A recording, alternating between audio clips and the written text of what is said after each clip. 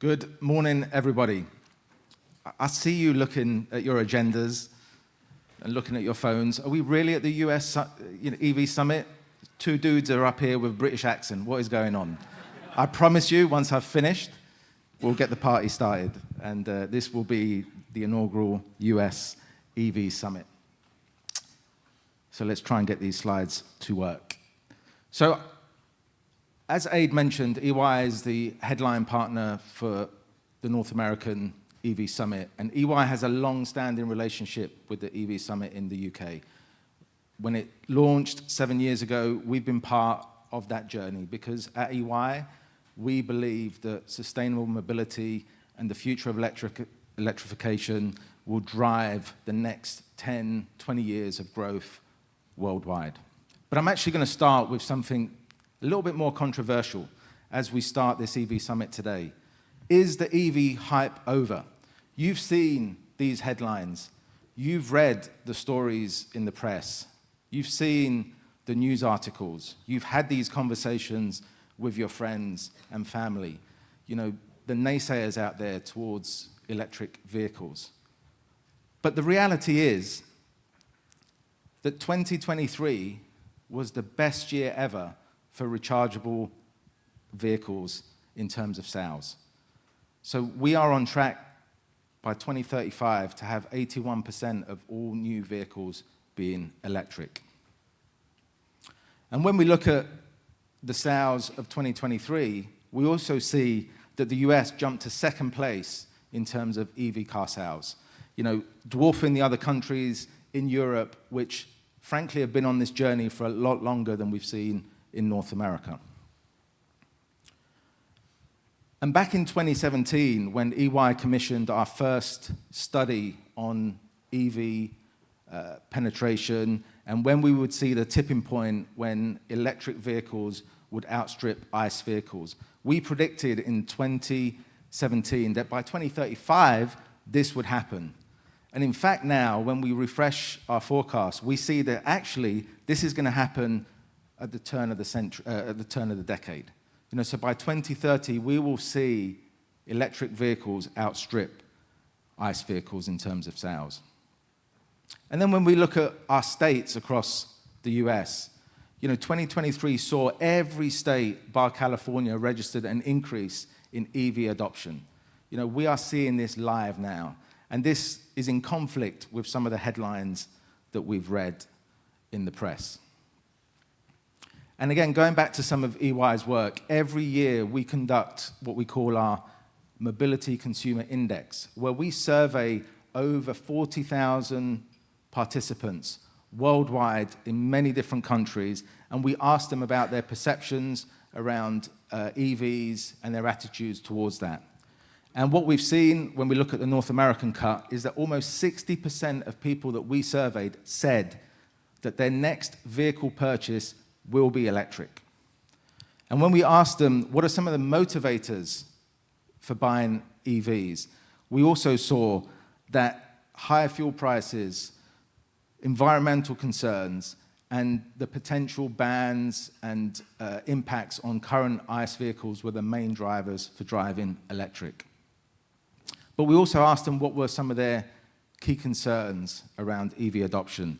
And I'm really pleased to see that limited range, or range anxiety as we hear it, has now dropped to third place. You know, we see the new vehicles coming to market now, the technology that is in the road cars that we drive today, significantly improve. The range of these vehicles now, I believe, are far superior than their gas equivalents. But also now we're seeing expensive battery replacements become of real concern to people. But the top line is around lack of charging stations. You know, this is an issue that we don't just need to fix in North America, but worldwide. Currently in North America, we have less than 1 million chargers, public chargers available for us to use. If we're looking at the EV adoption that we expect over the next decade, we're probably going to need around 20 million chargers in the US alone. So the scale-up of infrastructure is going to be key. And how do we move people from range anxiety to charging confidence will underpin that. But if we look at the process today, as I would call it, we've been doing this for over a century.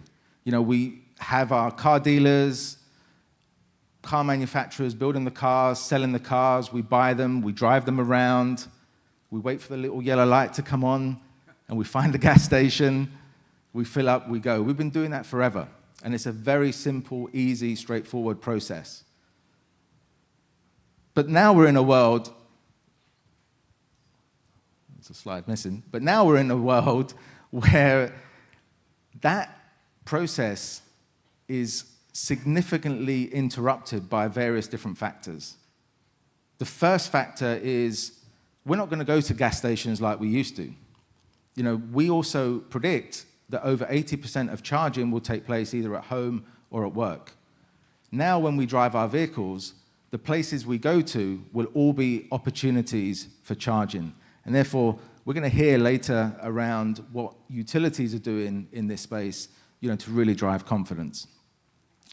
But what we really need is to really go through and improve the process to become equivalent to some of the other processes that we enjoy in our lives, whether it's grocery shopping, booking holidays and flights, digitizing the experience.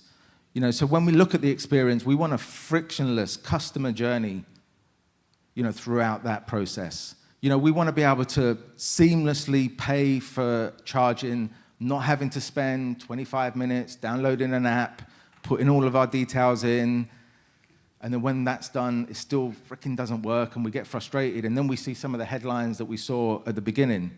But also there's a massive opportunity to extend the value beyond just charging. And we're going to hear from some of that later today. It's not just about installing a charger, it's about what other services can we bundle within that experience. And I've already mentioned about the infrastructure, charging stations where we need them. It's absolutely important. But the reality is, and you'll hear from some of our utilities today, that the permitting process, the approvals and the connections process to deploy chargers is too long right now. And again, this isn't just unique to North America, this is worldwide. So our ability to put chargers in where we need them is going to be key. And then when we look at the grid, the clue, as I always say, is in the E of electric vehicles. It's on the electric part. And we know that certainly in the US, our grid is compromised. So by putting in additional load, additional demand from EVs is only going to exaggerate that. So we need better grid planning and better load management, understanding how the grid is performing, but ultimately, how do we use EVs as an asset rather than a hindrance? I always say 60, 70 million EVs will be on the road by 2035, but that's also 60 million batteries. So how do we harness that for the good? So I mentioned our eMobility Consumer Index. Please get out your phones. It's free to download. The QR code will be available around the event today, and we'll look forward to speaking to you and going through our Mobility Consumer Index. It's been a great pleasure to open this EV Summit for you guys today. EY is super, super proud to be the headline sponsor. And with that, we're going to get going and introduce our first panel, which Sarah Ganowski, who leads our Canadian e-mobility practice, will lead. And look forward to having a great day with all of you. Thank you.